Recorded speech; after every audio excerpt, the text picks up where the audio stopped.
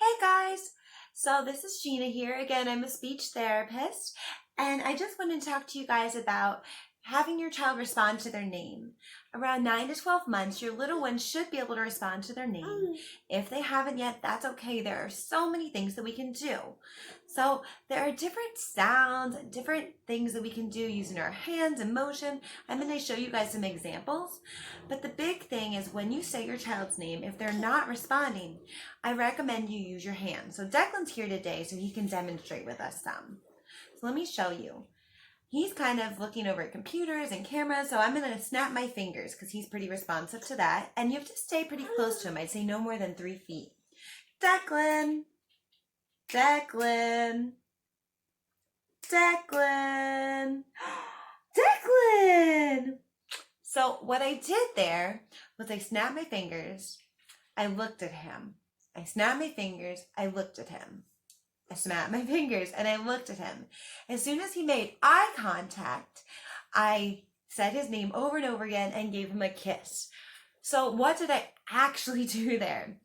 Well, I used the visual sensation of snapping my fingers and looking at him. I remained 3 feet so he could definitely hear me. And when he actually made eye contact that third time is when I acknowledged that he heard his name. So I provided positive reinforcement by kissing him and hugging him while I said his name. So what this does is this encourages him and rewards him and reinforce that positive behavior. Now, if he didn't answer after the third time or respond after the third time, we would stop the activity and do something different for a minute. The reason I say this is you don't want to repeat unwanted things.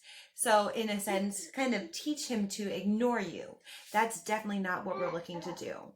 So I'm going to put him down and then we can talk about some of those things a little closer. Declan. Declan. Declan. Declan. Declan. Hi, Declan. Mwah. Hi, Declan. Hi, Declan. Declan. All right, guys, so it's really helpful to be able to see exactly when to show you. But let's talk about those things. So the big thing I did with Declan was I used repetition and eye contact and positive reinforcement. So when you're doing these things with your children, make sure that they're paying attention to you, you're close enough to hear, and you're close enough to provide immediate eye contact. That is really important when you're doing this. So I really think from, like I said, 9 to 12 months, keep doing these things, making sure that you're continuously working on that using your visual as well as your voice. So I want you to try those things.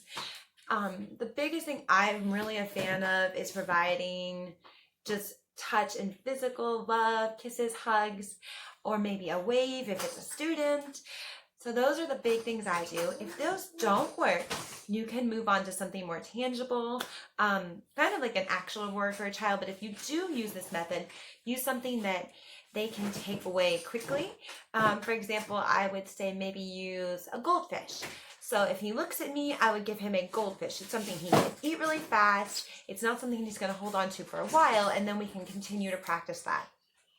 When he does seem to get the skill, or when your child does, I say practice this 5 to 10 times and then move on to something else for a little while. You don't want to just continue, especially to the point where if your baby or your child is not enjoying this, it'll become something aggravating that they won't like.